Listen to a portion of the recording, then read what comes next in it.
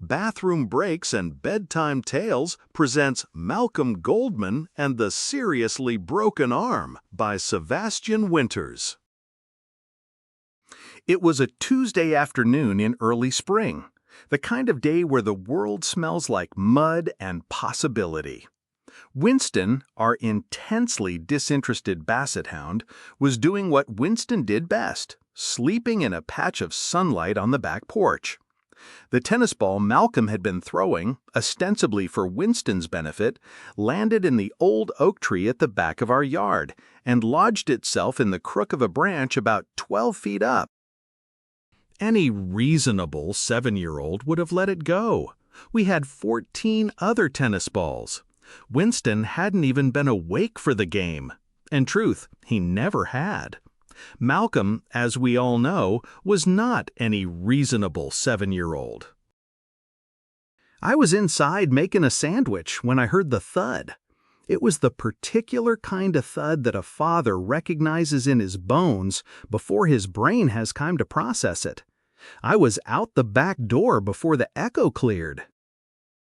Malcolm was on the ground beneath the oak tree, left arm bent at an angle that made my stomach drop.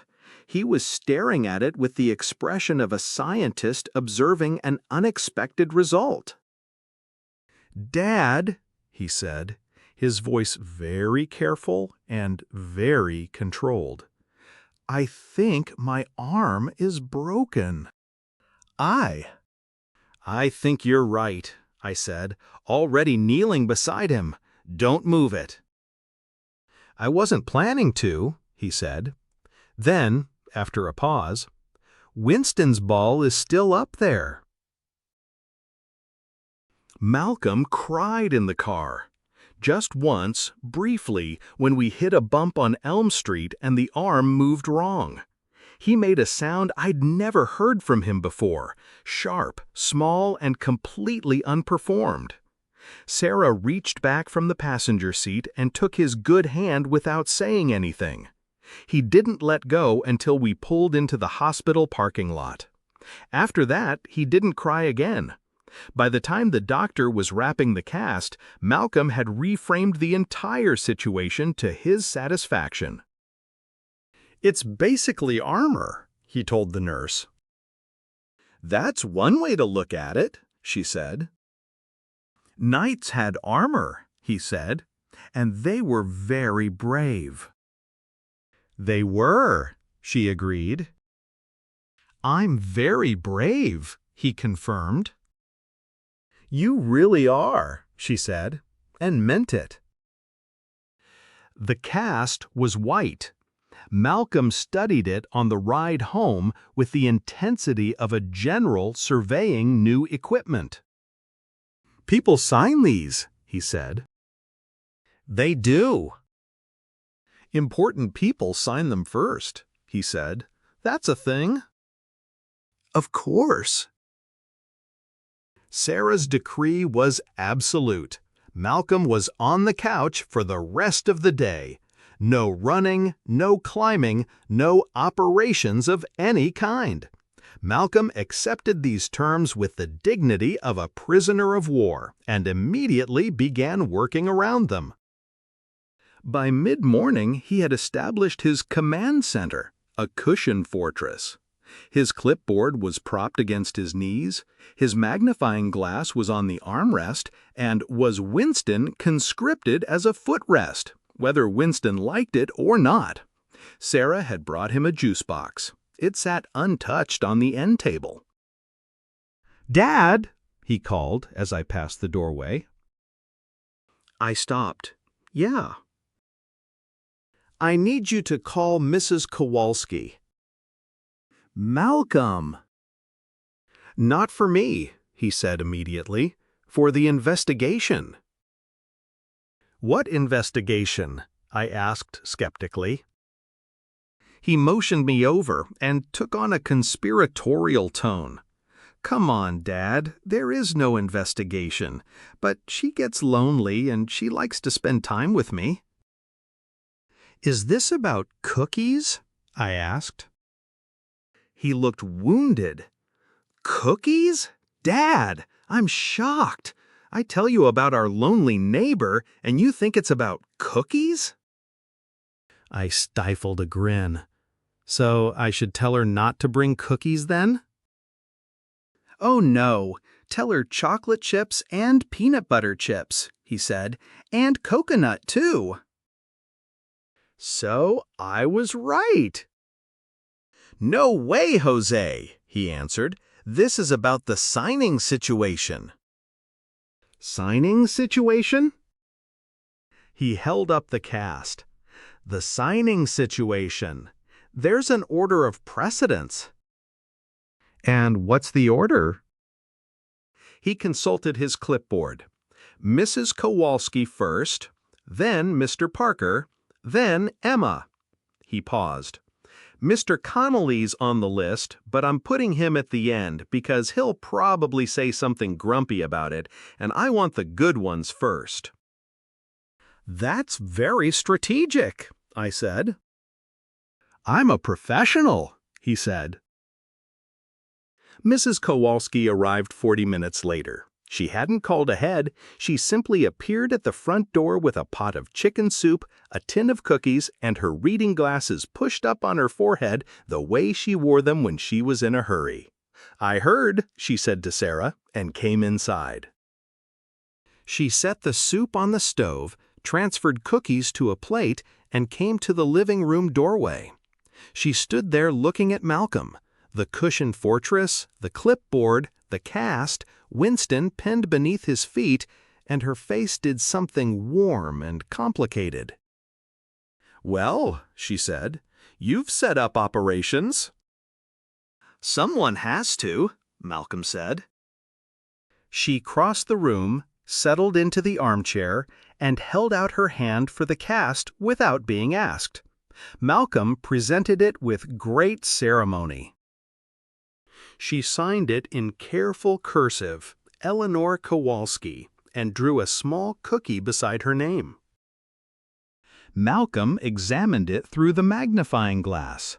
Perfect, he said. Number 1. I'm honored, she said. She stayed for an hour. She didn't fuss over him or treat him like something fragile.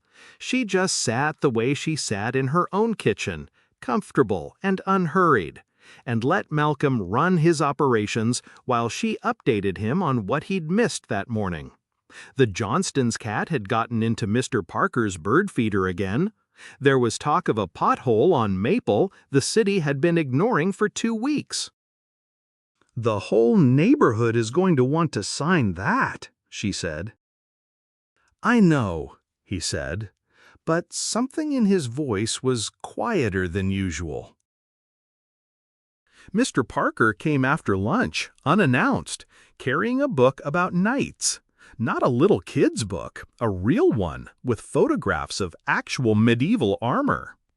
Heard you had an incident, he said from the doorway. Broke my arm, Malcolm said. Seriously. I was trying to rescue a tennis ball for Winston. Mr. Parker nodded the way men nod when something is both foolish and completely understandable. He came in, signed the cast, a big, confident signature with a small drawing of a shield, and handed over the book. Knights documented everything, he said. A command center needs records. Malcolm looked at the book for a moment. Mr. Parker, he said. Yeah. This is a really good present. Don't tell anyone, Mr. Parker said. I have a reputation. Emma came on her own. She knocked on the front door, deliberate and serious, and when I answered, she was holding a card she'd made herself, crayon. Malcolm in his trench coat on the front, arm in a cast, magnifying glass still in hand. Beneath it she'd written, "Still the best detective." She came in, signed the cast without ceremony, and drew a small frog next to her name. Malcolm stared at it. "A frog," he said. "Our thing," Emma said. She stayed 20 minutes and beat him at Go Fish twice. Malcolm attributed this to his injury affecting his concentration. Emma didn't argue the point. Mr. Connolly came last. Nobody had called him. He simply appeared at the door late in the afternoon, coat on and hat in hand. He looked past me toward the living room. "Heard the kid broke his arm," he said. "He did," I said. "Come in." He came in slowly. He stood in the doorway looking at Malcolm, who looked back at him. "Mr. Connolly," Malcolm said. "Heard you fell out of a tree," Mr. Connolly said. "Rescuing a tennis ball," Malcolm said. Mr. Connolly was quiet for a moment. "Stupid thing to do," he said. "Probably," Malcolm agreed. Then Mr. Connolly reached into his coat pocket and produced a chocolate bar, the good kind, the big kind, the kind that meant someone had made a specific trip to a specific store, and held it out. Malcolm took it. Then he held out the cast. Mr. Connolly looked at it like a man being asked to do something that required more courage than it appeared to. Then he took the marker Malcolm produced from under his clipboard and signed his name. Small, careful, Charles Connolly, no drawing. "Get better," he said.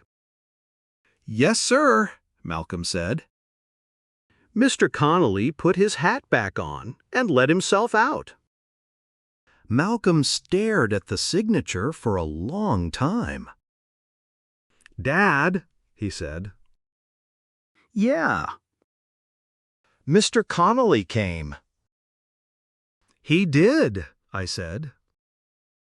Malcolm turned the cast slowly with his good hand, looking at all of it.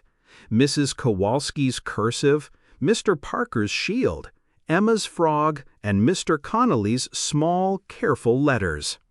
Winston shifted beside him and pressed closer. Malcolm rested his good arm across the dog's back without looking down. "I didn't do anything," he said. "I just broke my arm, and they all came." "Yeah," I said, "they did." He thought about that for a while. "Is that a thing?" he asked. "That people just come?" "That's the thing," I said. "Yeah." He nodded slowly. Then he picked up his magnifying glass and examined Emma's frog with great concentration, and I knew the philosophical portion of the afternoon was concluded. I found him asleep on the couch an hour later. The night book was open on his chest. The clipboard had slid to the floor. Winston was pressed against his good side, chin on Malcolm's knee, eyes half open, on duty, reserving the right to sleep. The cast rested across Malcolm's stomach, white and slightly grubby already, covered in signatures and a cookie and a shield and a frog, and 2 careful words from a man who didn't say things easily. Sarah appeared beside me in the doorway. "How's the patient?" she whispered. "He'll be fine," I said. She went back to the kitchen. I stood there one moment longer, then went and made a cup of coffee and let him sleep.